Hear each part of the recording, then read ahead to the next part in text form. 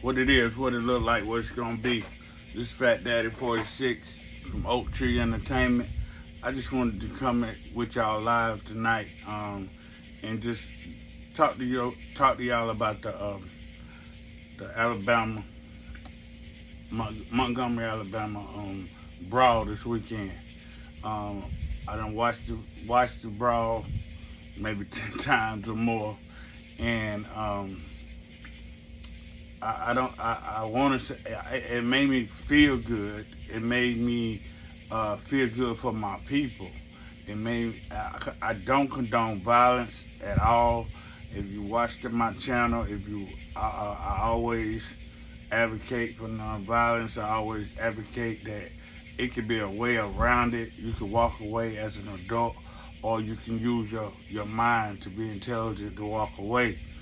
And as I watched the video from the beginning to end, numerous of times, I seen the elderly black man doing his job.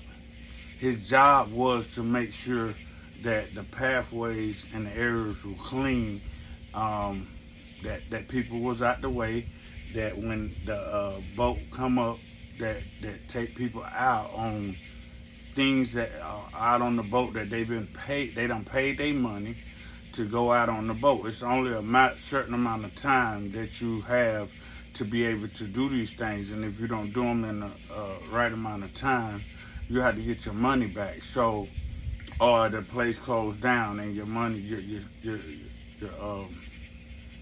trip gets short, or they try to, it's always something that they try to take away from us or whatever.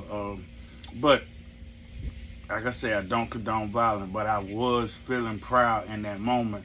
And one of the reasons why is because all the time we see, whether it's a young black man, young black woman, older black man, older black woman, they either getting drugged by white people, they either, the boys in blue always putting handcuffs on them before they start beating them. I done seen numerous of videos to where I done did numerous of research videos to where you see black men getting untreated fair, not getting treated fair. And this right here, it just shows you that this is a different generation. This is a different people that we are dealing with. And we are trying to stop the violence amongst ourselves. But when we are being victimized and we already got PTSD from things that we have to deal with, the things that we have going on in our life. And for someone to think this man had patience, because I seen him doing his job properly first and foremost, and then not only that, he was explaining it. If you watch the video, this man explained it to 3 to 4 different people, and he shouldn't have to do his job where he had to explain it to 3 or 4 different people. As long as he was explaining it to the guy that owned the boat, he was doing his job. But they was trying to put up a persona like they bad, or put a persona up like they intimidating him, or they're gonna try to intimidate him. That's an OG, man. He's 65 years old. That's we ain't don't play that. Our tempers have got really short within the last 3 to 4 years. All because of COVID, all because of disrespect, all because of our eyes seeing on the internet, on social media, of our black people being mistreated, or our black people standing around with they phones watching, not helping like these brothers did, but watching another black man getting beat, stomped, thrown in the car, mistreated, our female women getting mistreated and all of that. So it was a long time coming. And hey, it might have took a little young guy that they call him a hero now, Aaron Rudolph, 16 years old, Michael Phelps jumping in the water and going to my man, I'm going to rescue. You know, we don't know the name of the black man right at this moment, but it would be nice if we can celebrate him for doing his job, not just really going. He had to react to violence, because if he didn't, they you know what they call that? They call that lynching. If it had been 8 people jumping on a white guy, that would have been lynching. And you got to also look at it. Like I said, I don't look at this video numerous of times. You got to also look at it that he had a young white guy that was working with him. He was training, because he was a white shirt, and the guy had on a vest and a blue shirt. So he had to be training him. He had to be his helper, because Unc had to be pretty much, you know, up there in rank or whatever, been working there. I don't know if he volunteered. I don't know how long he's been doing it, but he had to have doing it for a minute. But when you violate a black man that's trying to tolerate you, he was trying to tolerate them. Until, see, what we need to do is we need to get the audio of what they were saying to him, because they was disrespecting him. And this is somebody's father, this is somebody's granddaddy, this is somebody's husband, this is somebody's son. And you not finna sit here and tell me that you're gonna sit here and disrespect him for him doing his job. All y'all had to do was move your boat, man. Move your boat out the way. You ain't got to get cocky. You ain't got to call the man no names. You ain't got to disrespect the man for doing his job. And foremost, if y'all got a business, you know what business is. You know what working is. You know how when somebody's in their store, they know if somebody doing something that they don't supposed to be doing in their store, then they know to get them put out. If they don't get them put out, they call the police or they try to put them out themselves. This man was doing his job. So he did nothing wrong. But when they started lynching him, that's not even call it jump, because he could have got seriously injured. They was hitting him in his head. They was stomping him. You got women stomping him in his head. They could have broke his ribs, cracked his rib, because he's 65 years old, man.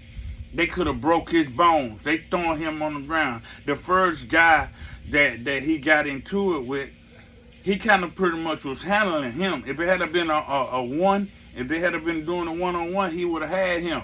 But you got my man that come with them peace charts, tried to run and jump and kick my man. And he ran like a football run and jumped and did like a UFC kick to his stomach or chest, side, and could have broke my man ribs. That's kind of what took him down. But Unc got some skin on him.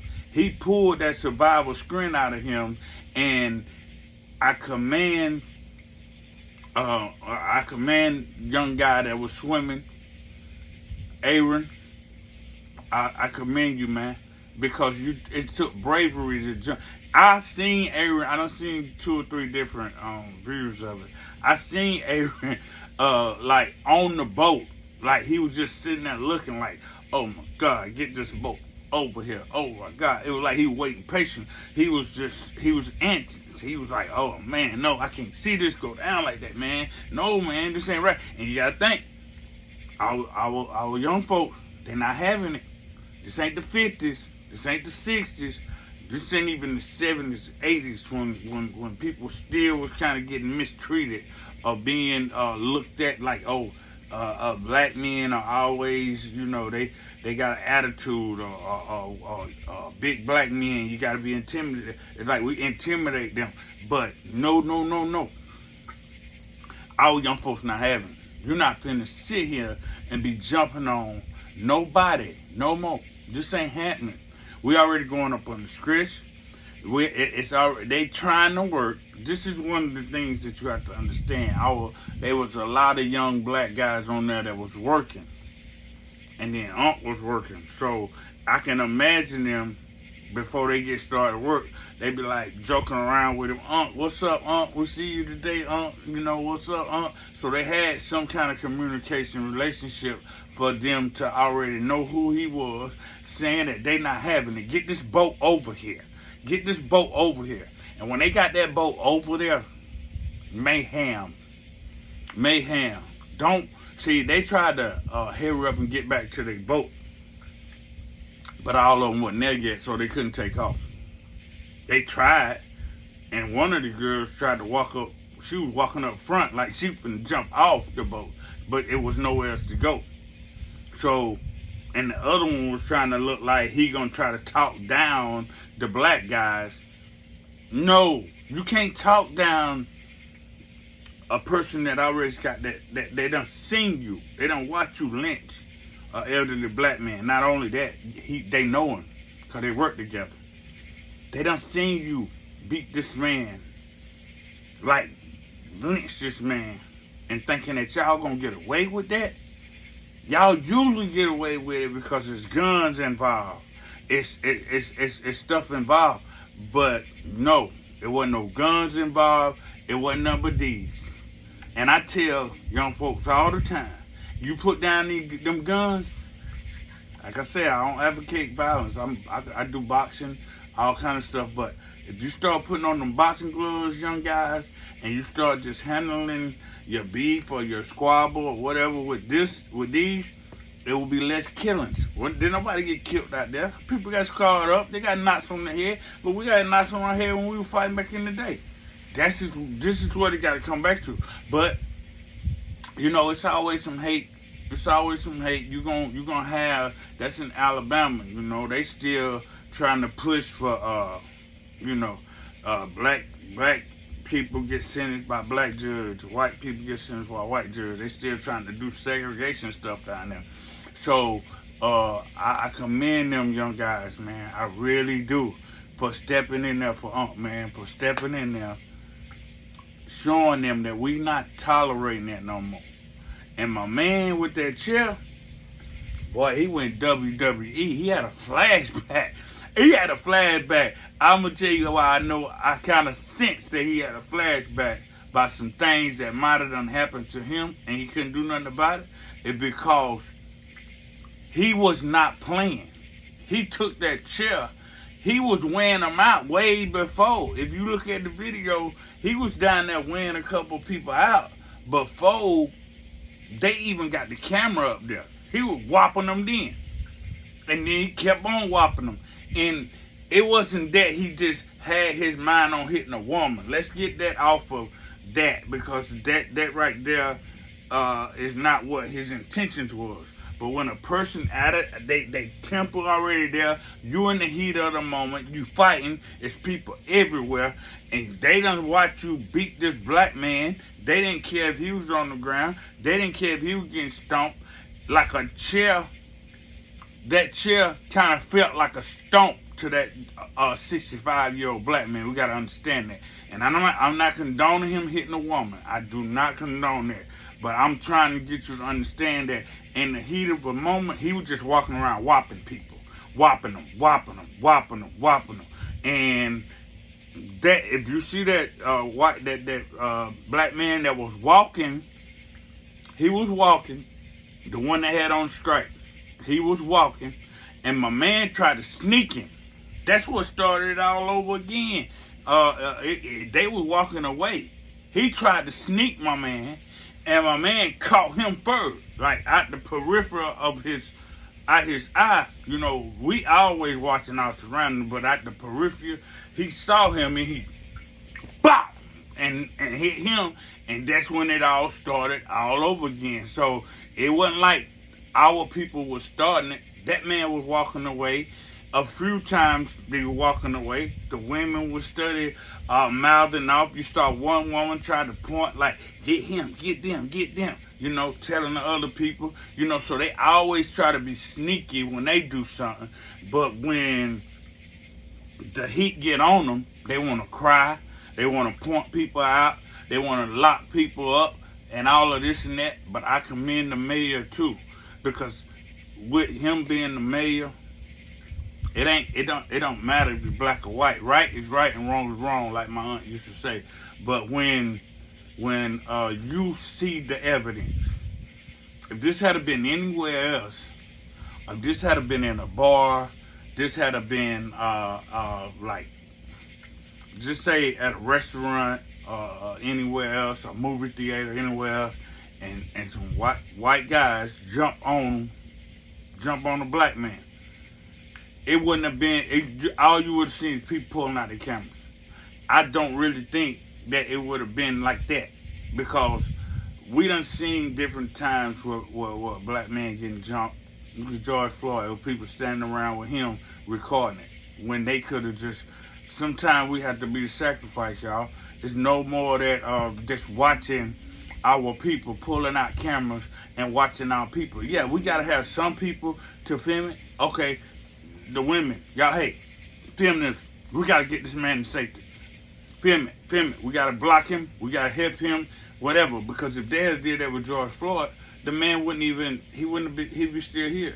He'd be still here because, I know those who's police officers. I'm not saying that we gotta be attacking police officers or doing nothing like that. But when you see somebody getting in a position to where they could die, that ain't right, man. We got to start standing up. Or we see our females or our women getting slammed to the ground by a man or man. Well, it don't care if it's black or white, because these black, you see how them black police officers were doing that, man. Then not one of them black police officers grabbed one of them white boys and slammed them to the ground like that and tased them and all this and that. They didn't do them like that.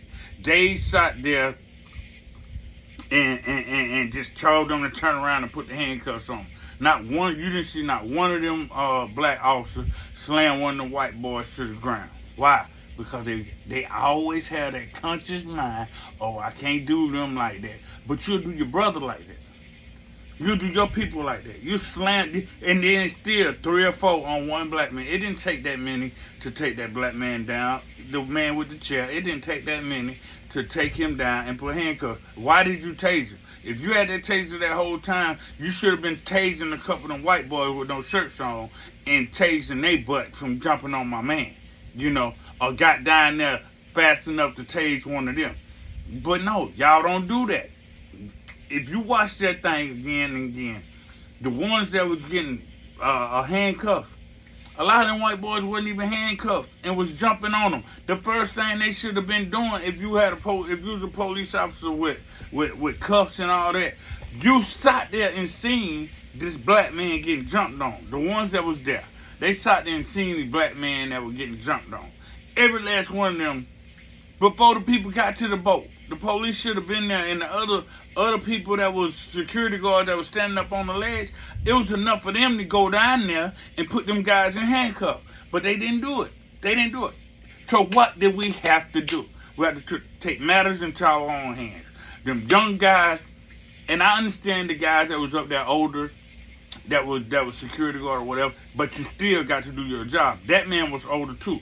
He was trying to do his job. He was 65 years old. But what I'm saying, if you go back and watch that video, they slammed that man down that had the chair. And there was 3 or 4 on him. What else you see? You see the white guy come over there with the taser. I don't know if he tased him or one of them tased him. But he walks back off. And then you see the white lady try to say, get them.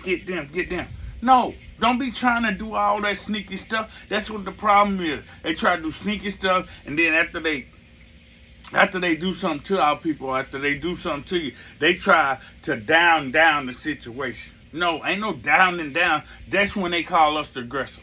Let me get y'all to understand. That's when they call us the aggressor. When they trying to dumb down the situation that they done started, but now they done took us to the level that we up here. No, it ain't gonna happen like that no more. It's not happening like that no more. I don't know if y'all didn't see what happened in New York this weekend. Y'all need to go. If y'all thought that was something, go and see what happened in New York this weekend. Up in New York, that the YouTuber supposed to been giving out some games and didn't give them out, and it was nothing but young people. Man, they ripped that thing up. They tore New York City up. They was hitting the police officers. They was beating up people and all this and that. But, hey, it is what it is. And I'm not condoning violence. But what I'm saying is that you cannot think that if we not sit here trying to help the young people or be there for them, help them to stop hurting one another and this and that, come together as a people, then don't think by one chance that when somebody violate one of them, that they're not going to take it into their own hand. Because in these days and times, you have to take certain situations into your own hand, because they be trying us a lot. And we got very, very much patience, because black men are very respectful. We get looked at a lot the wrong way, but we are very respectable. Our black women are very respectful, but they don't tolerate no junk either. They can go to 1 to 10 in a heartbeat. They be having, we have to come, we be thinking that they gonna calm us down. Man, we got to calm them down, because they not finna see us disrespected, and we not finna see them disrespected. But I really commend them young black men for really stepping up and helping up, man. I salute my hat out to y'all, man. Anybody got any comments, y'all go up on the comment section. This is Oak Tree Entertainment, OG Talk Time.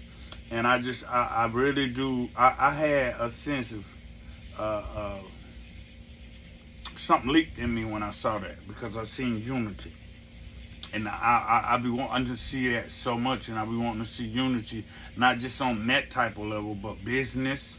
I be wanting to see unity in the household.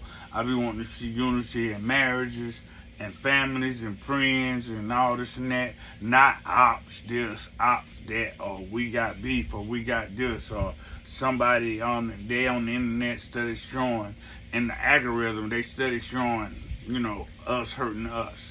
Us hurting us. But it's not like that all the time. We're not always hurting us. That's what they want us to see, so we can continue to hurt us. But when we see stuff like this, it's like your eyes light up. It's like you want to be like, oh yeah, oh yeah, oh hell, boy, if you had seen a couple of them doing that really old school style and putting one of them in them pythons and dragging him, you would have seen the old school move. But them young guys was handling it. They handled it. And they handled it really, they really did handle it the way it should have been handled, because they was only doing, they wasn't really jumping on too many people, but they was handling the people that handle and I commend the black women too, that came in, helped them, because those white women was kicking they was hitting they was kicking him, probably calling them names while they had him down. See, that's a psychological thing. And what we got to understand is that's something mentally. He's 65 years old, y'all. He will always remember that. Regardless if people came to his aid, regardless if he felt like he got vindicated of what, he will always remember that. That's a part of PTSD. That's a part. They will always remember. The black young men will always remember, And I hope that the white guys and the white folks that got their tail whooped will remember it, because it's letting you know that it's a new day, baby. It's a new day. We not having that. We not going for that. And I'm not saying that it's going to be violence every time, but watch your mouth, or watch what you say to our people, or watch how you try to handle somebody. I hope this goes off spills off into the boys in blue, because they need to watch how they be trying to handle our young black men, or our black men and our black women. They try to dehumanize you once you get them cuffs on, and they try to beat you, stomp you, or if it's more than one or two, they gonna have the ups on you, man. I don't care how big you is. I don't care how strong you is. I don't care if you can fight. If it's more than one or two or three, and they wait till they always call back up. They wait till you got back up, boom. But I commend y'all. And Michael Phelps, hey, you did your job, Aaron Randolph. I really appreciate you because you sparked something in everybody else to let them know, like, hey, we're not playing. We're not having this. I'm swimming over here, going here. When this boat get over here, I need backup. I need backup. And they did that. And I respect that. I respect y'all. That's one time I can say that I'm proud of our young black men for stepping up, stepping in, and handling your business. Y'all didn't nobody try to run and get no gun. Didn't nobody have no gun. It was just a brawl. Put the dukes up. And if you put the dukes up, it's going to show you that we always will win. We always win. I got a couple videos that with this, I want y'all to see that past history up until now, how we've been treated, how we've been mistreated, and I want y'all to analyze it, look at it, and say, look at this. If we had to start back then, helping our people, because when you see the mass amount of people that was getting hosed down, all this and that, it was way more people than that, than the boys in blue, or the people that's trying to, that was trying to tame our black people or keep our black people in line. If we had stuck together like that back then, history would have been changed back then. But history was changed this weekend. I hope they put that in the history book. Put that in the history book, because it would show, hey, you gotta have respect when you approach somebody. Have respect and keep your hands to yourself. Now like I say, if y'all realize, if it had been 7 or 8, now you seen how many workers was out there. If they was trying to get that worker, that guy to move that boat, and it wasn't nothing but 5 or 6 or 8 workers, a couple women and black workers jumped on the guy that needed the boat to be moved, every last one of them would have got taken down by cops or people that working up there or whatever. It wouldn't have been no waiting. It wouldn't have been no nothing. They would have tackled them down, maced them, did everything they could have, tased them. You see how they tased my man with the chair? But that chair is an iconic chair. Boy, if you can find that chair, you might can put that chair on Instagram, boy. I'll put it on YouTube and sell that joker, or put it on Craigslist or something. That's an iconic chair. I wouldn't have let that chair go. I probably would have grabbed that chair. I would have got that chair and broke on that joker. It's history time. This right here is the Passover. This right here is the change of another day. Right here. This right here. And that chair would have been iconic, because it's already iconic. People making shirts about it. People talking about it. They go and buying chairs on TikTok. I don't know if they buying it for real, but they buying chairs. They talk about it. And my man that jumped in the water, I commend you one more time, man. It's Oak Tree Entertainment coming at you live. Holla at your boy, Fat Daddy 46. If you ain't subscribed to my channel, man, subscribe to my channel. It don't cost nothing. Like this video. Share this video. It don't cost nothing. I don't like to use profanity or none of that, but share this video, man. This history has been written. Hope they put this in the history book. Fat Daddy 46, Oak Tree Entertainment. Holla at your boy. Lynching in the United States. Lynching was the widespread occurrence of extrajudicial killings which began in the United States, pre-Civil War South, in the 1830s and ended during Civil Rights Movement in the 1950s and 1960s. Although the victims of lynchings were members of various ethnicities, after roughly 4 million enslaved African Americans were emancipated, they became the primary targets of white Southerners. Lynchings in the U.S. reached their height from the 1890s to the 1920s, and the primarily victimized ethnic minorities. Most of the lynchings occurred in the American South, as the majority of African Americans lived there, but racially motivated lynchings also occurred in the Midwest and border states. Lynchings followed African Americans with the Great Migration out of the American South, and were often perpetuated to enforce white supremacy and intimidate ethnic minorities, along with other acts of racial terrorism. A significant number of lynching victims were accused of murder or attempted murder, rape, attempted rape, or other forms of sexual assault were the second most common accusation. It was often used as a pretext for lynching African Americans who were accused of violating Jim Crow era etiquette or engaged in economic competition with whites. One study found that there were 4,467 total victims of lynching from 1883 to 1941.